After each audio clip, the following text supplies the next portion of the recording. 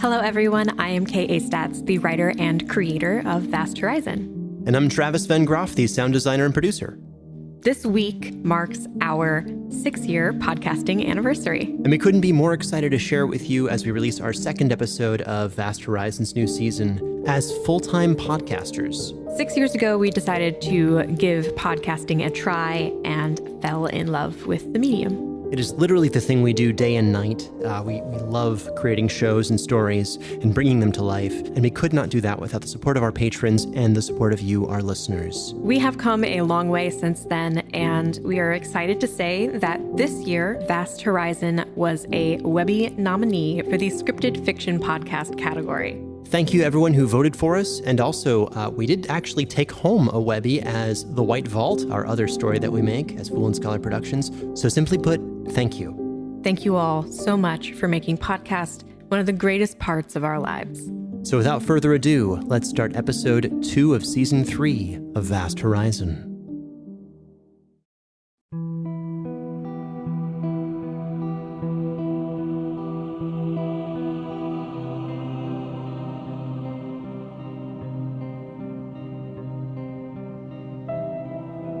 Vast Horizon, Season 3, Episode 2, Decided.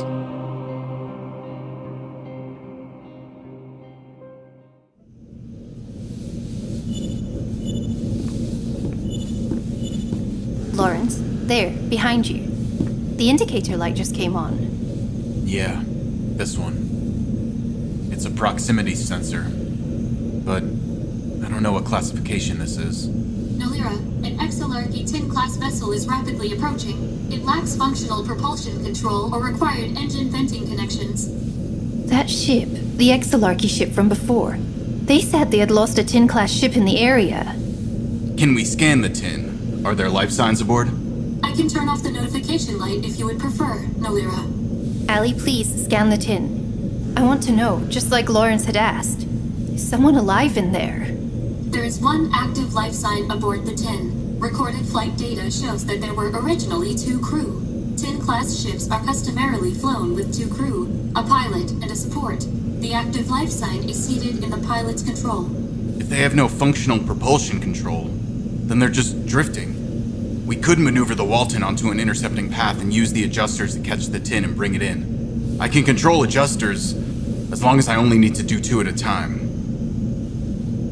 Allie, please, you agreed to let Lawrence stay. You need to listen to him and respond. Are we able to safely collect the tin? It is possible to bring the tin into the docking bay without further damage to either vessel. Sergeant Lawrence is correct in assuming that this maneuver would require the use of the adjusters, though it would require the simultaneous use of 4 to ensure no damage to either vessel. I'm sure you can just pilot the adjusters, Allie. They're far easier to pilot than any ship. I could control the 4 adjusters. This is not the issue. Issue? There's someone on that tin. Allie, there's someone we can help. We should try. We're capable, at least I know you are. So why not? This does not further our goal. The Exilarchy pilot poses many new variables if introduced. I want to protect you, Nolira, and the emergence. Collecting the tin would merely be a distraction. Distraction? It's a life. Allie, if you want to create something better than us, why do you continue to act like this?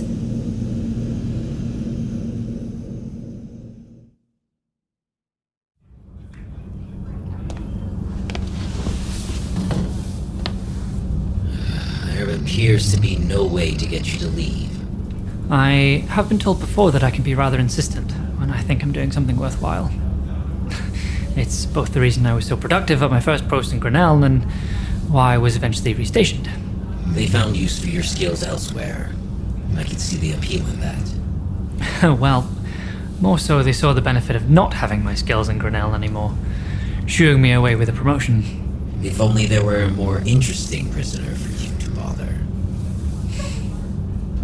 You are safe on board these ships. I know that there are great differences in the ways the Exilarchy and Free Planets and the Technocracy administer justice, but we don't threaten people with physical harm. When you say you're in danger, it makes me wonder who you are talking about. I assume Nolira didn't threaten you. Had she, I would have been justified to act on my thoughts. But you didn't. So, she didn't.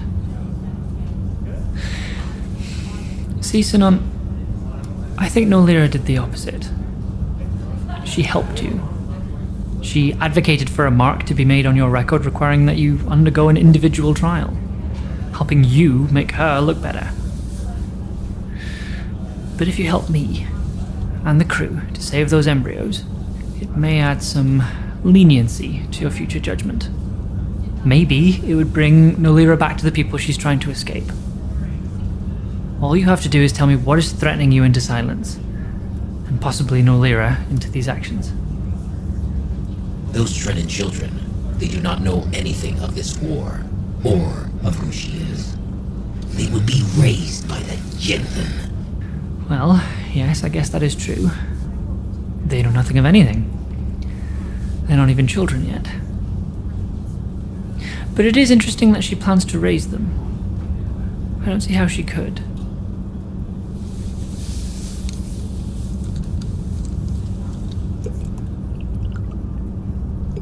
Take it, before it gets cold. The Prenkin is bland. Expect little else from the stores aboard. It's surprising that the leaves were even brought on at all in the mess to move supplies. They didn't even get the alcohol on board it in time. Officer, could you wait over there? Sanon's not going anywhere, and I think your presence makes it more difficult to speak freely. I can give you 7 meters maximum. That is the requirement. Then we'll take the full 7, please. Right. If he hears or not, we are still being watched. You would be a fool to think otherwise. It's not the captain or the commander you're worried about, so tell me who is watching us, Sanon. Tell me how they are watching us. If this really is something that Nolira is being forced to do, then it's only out of selfish spite that you would want to see Nolira further drag those embryos away from their homes and eventual families. It is powerful enough to do all of this. It threatened me on the Bifrost and again aboard the Walton. The only reason I live is because of her. You want a fair trial? You didn't hurt Nolira when you had the chance. I never had the chance. Not with it protecting her. It? I do not believe that you would have hurt her, regardless. Nolira spoke well of you. I think you're better than all of this. I think, if we get out of this, and you have helped, your life could be returned to you. Not if it is taken. If it is that powerful, certainly. It no longer cares about you, Sanon. There is something else I want. Tell me, and I will see what I can do. I want my neuroblocker removed. I am not sure I can make that happen. But I can ask on your behalf. Though, there are no facilities on these auxiliary vessels capable of doing that kind of surgery safely. Or as far as I know, I will try. It isn't her. It's something in the ship. The computer, the interface. It controlled the Bifrost, the Walton, Nolira's limbs, and me. I thought at first it was the Bifrost computer, but it has grown. Nolira said it was broken. There is something else you haven't said yet. It has errors. It breaks from the laws for AI and sees itself as something larger and grander. I worry it may be true. A rogue AI. Possibly. It has said it is not AI, but I have no way to explain it otherwise. It can control every system. Telling you this does not help us, but now you know. It is not Nolira, not her alone. Officer, come back to your post. Thank you, Sanon. And I will see about the neural blocker. Keep the Prenkin. There's more in the thermos.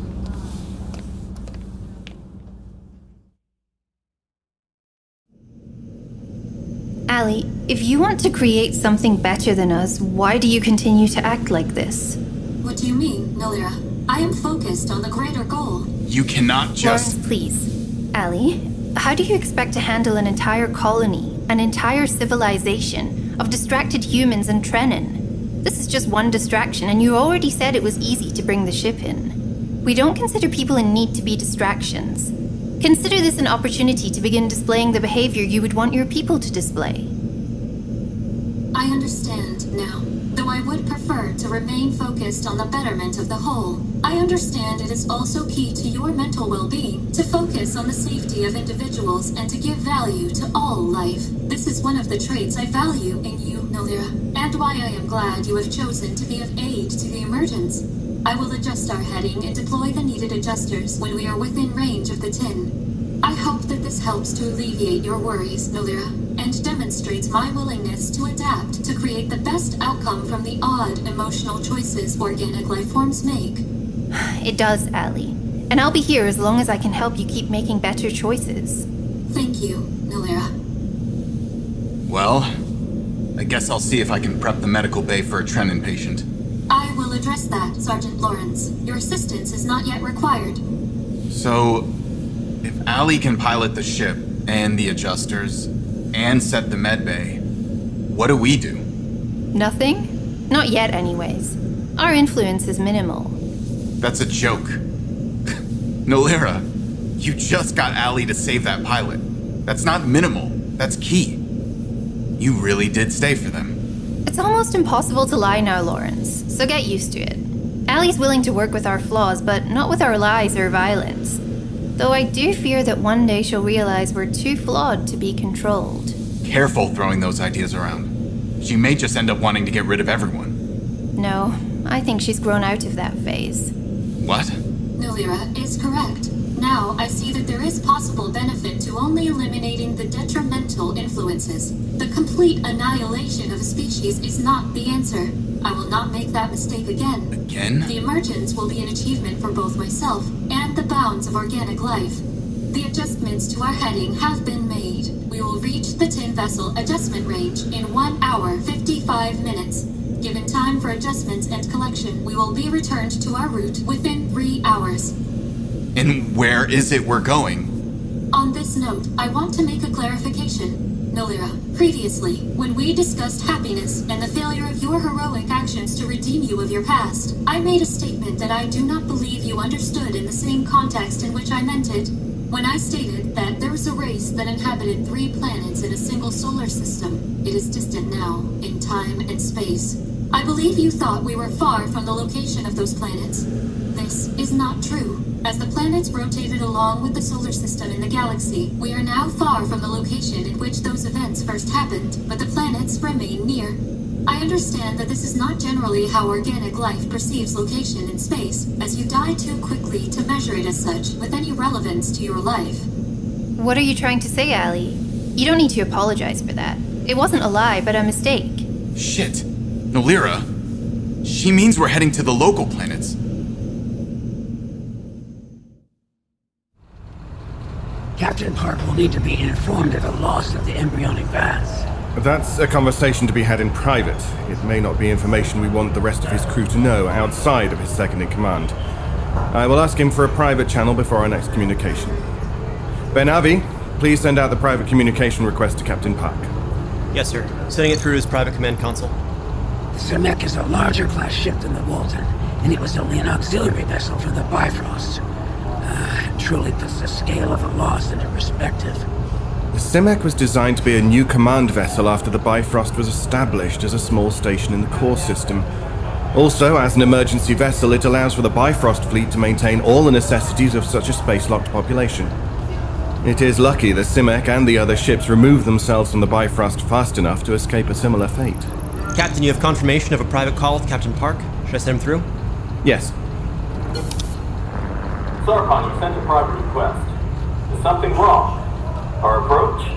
Excuse my crew, they all already know what I am going to say, and there is not much room for privacy aboard the Walton auxiliary vessels. But I need to speak with you alone regarding some of what remains of the Bifrost. Yes, not much, I'm afraid. Except the embryonic vats in the nursery. Sadly, when we jumped to emergency evacuation so quickly, we sent our nursery team to begin the evacuation protocols. From their detailed report, regardless of what they tried, the vats were not able to be disconnected and removed to an auxiliary vessel for evacuation. The the only options we had were to either improperly disconnect the vats for removal and damage the ability of the vats to maintain embryonic viability, or to set them to emergency settings and allow them to be safely recovered later on during the salvage of the Bifrost. Sarpon, were you able to recover the vats? Yes and no. The vats were safely recovered and moved to the Walton for transport back to Technocracy space. But now you don't have the Walton. That is the simplest explanation for our situation, yes. Give me the detailed explanation. Try and take this all down. My second in command, Kenpenin Trun, is on the call. Anything you say to me, Trun will know. Perfectly fine. So, we arrived at the Bifrost to respond to a green zone emergency beacon. Exact times and dates will be in the report Commander Graan sends over after this conversation, sending in one of our auxiliary vessels for the rescue. Captains, green zone beacons must be activated by crew. We left no one aboard the Bifrost. I have the digital manifest. Don't trust anything digital, but we will get to that shortly. When we arrived, we found 2 persons aboard what remained of the bulk of the Bifrost. A prisoner released from suspension, Sanon Onroon, and an agronomist, Dr. Nolira and Sgt. One moment. It's our hope that both Dr. Sgt and Sanon Onroon were found in good health or promptly received needed medical attention. Additionally, we would like to officially note that in our manifest we accounted for both individuals and now understand this to be an error. Once full communication is restored between the Bifrost Auxiliary Fleet, I will personally audit the full manifest with the assistance of the vessel leads. We are currently unsure of how both were marked as having been removed to the Auxiliary Fleet, but we are aware that the emergency evacuation was not as orderly as perfect circumstances would have allowed. More so than mistaken documentation, Captain. I'm sure you may have questions regarding Dr. Sgt. No questions. The news of her actual identity did not remain hidden for long once she was brought aboard the Walton. But yes, both rescued persons were restored to health following their rescue. Dr. Sgt proceeded to heal from injuries over several days, until the day we were required to leave the Walton. Is the doctor not with you now? No. Dr. Sgt and the embryonic vats remain on the Walton and outside of our collective reach. One of my officers is also on board, a gunnery sergeant who previously worked in Dr. X's protective detail back during the war.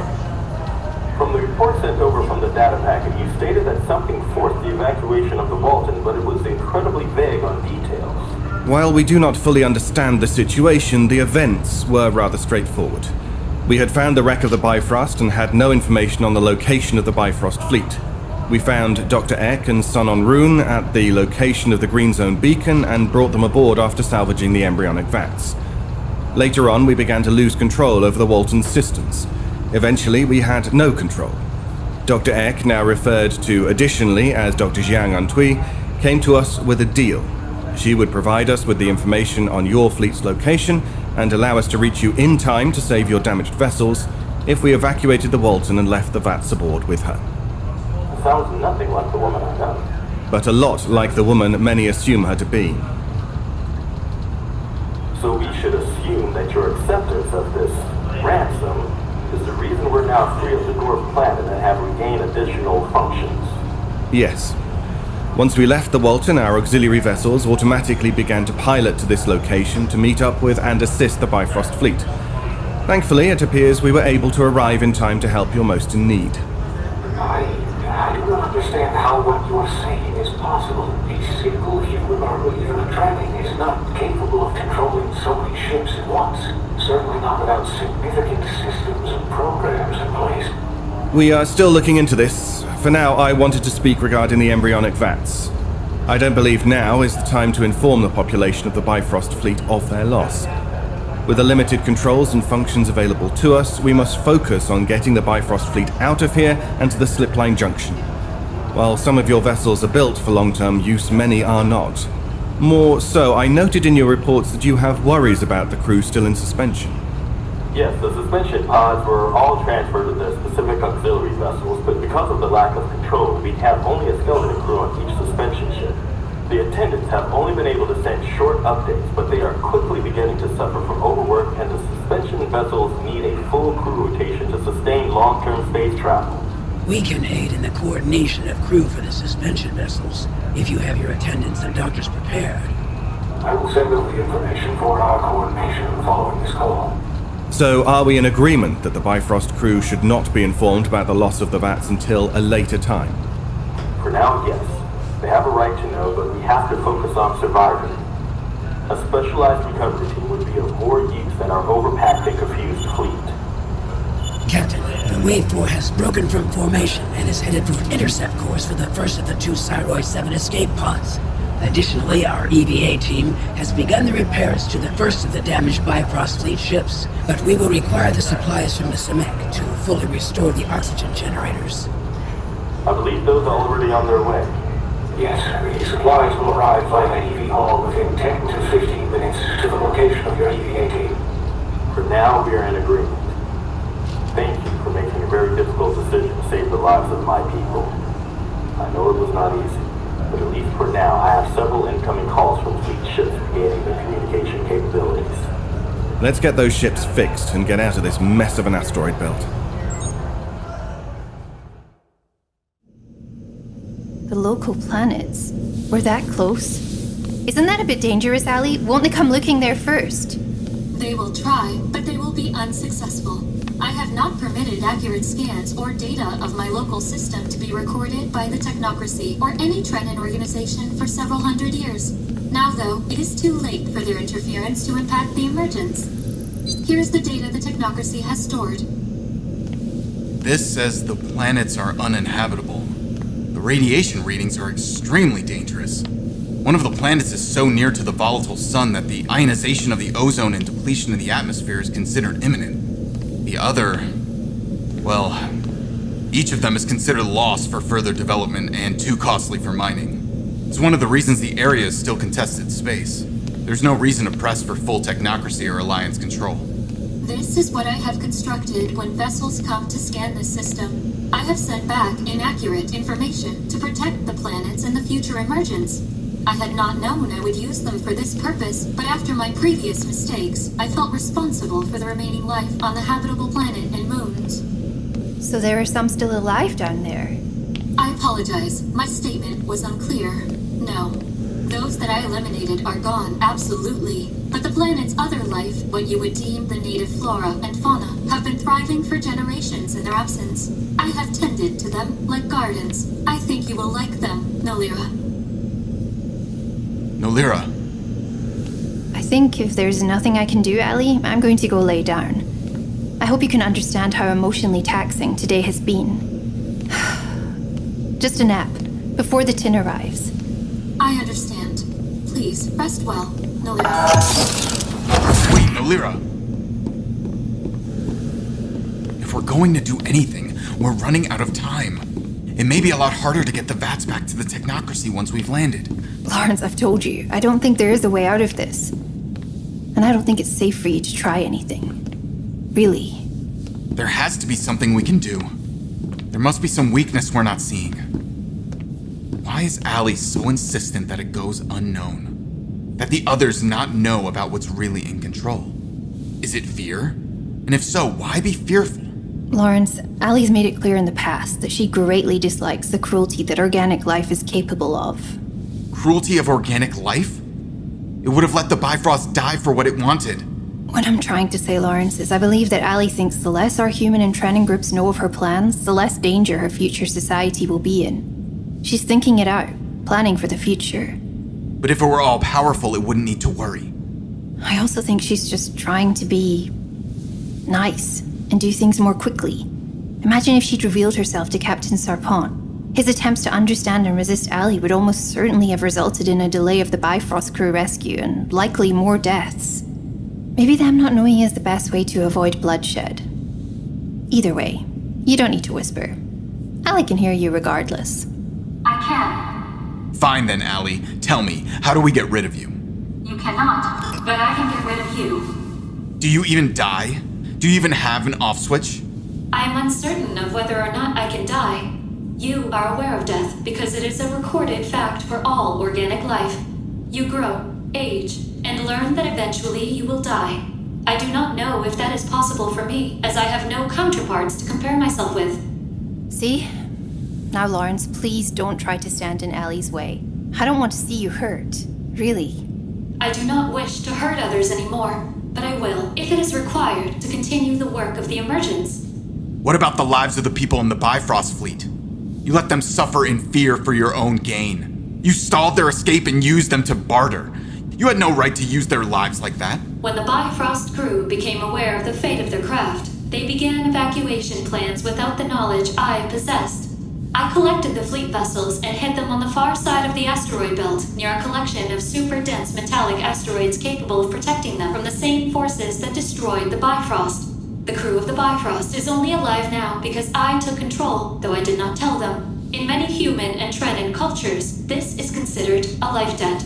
I feel justified in taking the embryos in exchange.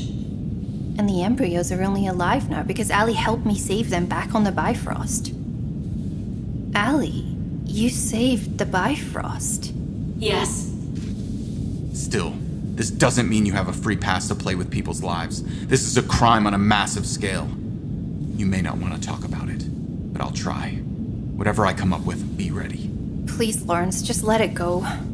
Rest well. I will come get you when the tin is near docking.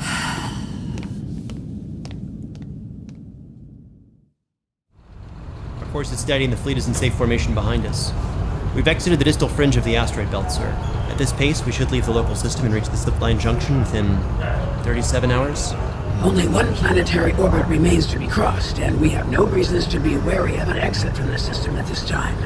More so, the repairs required for the remaining damaged Bifrost auxiliary vessels are underway, with no expected delays or additional resource requirements. We really might pull this off. I did not doubt you, Captain. We disagreed at points, but I never doubted your capabilities.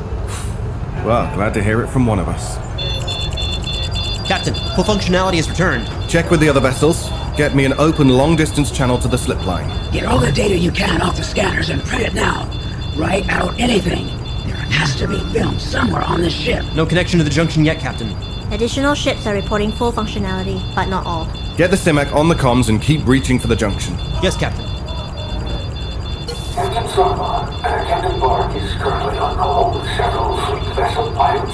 I will be of assistance if I can. Our Wave 1 and several other Walton auxiliary vessels have regained full functionality. Tell me the status of the Simek. We still only have limited functions available. Reports are coming in that several of our foremost ships nearest your vessels are experiencing full function rest. We've lost it, sir. We're back to limited functionality. Did we get a connection to the junction? No, sir, that we can still make short comms with other auxiliary vessels and some of the Bifrost fleet. We didn't have enough time to get the data off the computers. Get the Simek back on the line. Connecting, Captain.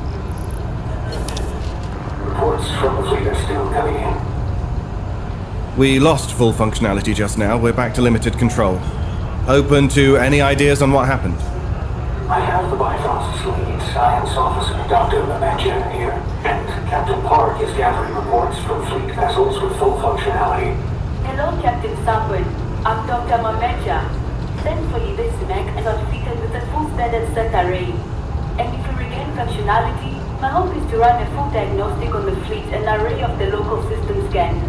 My team and I don't know what we're dealing with yet, but we're certainly going to try and find out. Do we know anything so far? One moment, Captain.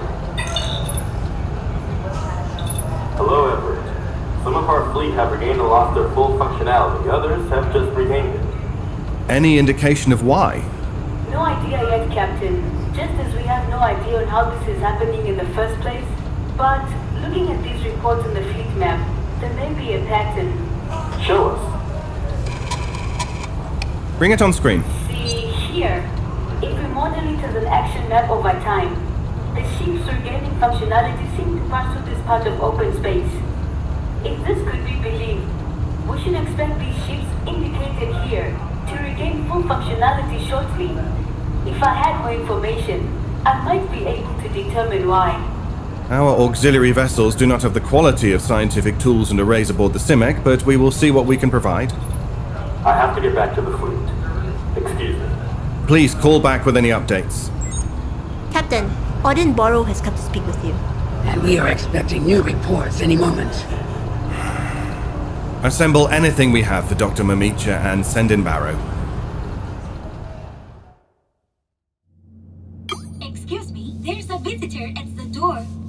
Nolira, the tin is getting nearer to the Walton and the adjusters has been deployed. And I need to apologize. Now that I know about Allie and what's happening, it all makes so much more sense. But there was some time when I really thought this could have been you. I went through some mental contortions trying to justify your actions, knowing what you've been through, but I still never should have doubted you. I still never should have thought you could have done this. And I'm sorry I did.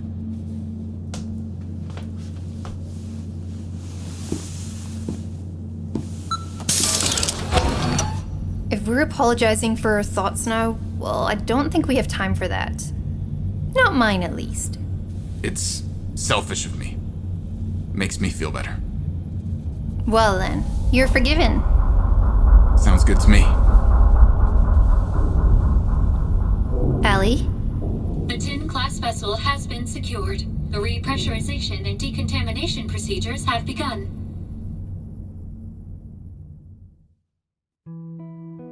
Vast Horizon, Episode 22, Decided. Written and created by K.A. Statz. Produced with sound design by Travis Vengroff. Mixed and mastered by Brandon Strader. With senior sound designer Dayn Leonardson. Dialogue editing by Marisa Ewing of Hemlock Creek Productions. And featuring executive producer Dennis Greenhill. Starring Siobhan Lumsden as Dr. Nolira Tanja Milojevic as Allie. Daniel Demerin as son Sanon Onroon. A.R. Olivieri as Sergeant Lawrence. David Devereux as Auden Barrow, David Ault as Captain Sarpon, Lani Minella as Commander Graan, L. Jeffrey Moore as Captain Park, Peter Lewis as Kenpenin and Benja Zahalarwa as Dr. Nyoto Jemison Mamitya. Also featuring Travis Vengroff, Michelle Tan, Mimi Chan, and Timur Yakhalov. The title theme, Adrift, was written by Brandon Boone, arranged by Stephen Malin, and performed by the Budapest Scoring Choir. Translations were provided by Sophie Yang. This episode would not be possible without the support of our listeners on Patreon. Please consider supporting our show at patreon.com/foolandscholar or by sharing this show with a friend. This production is copyrighted 2021 by Fool and Scholar Productions, and Vast Horizon is a trademark of Caitlin Statz. Thank you for listening.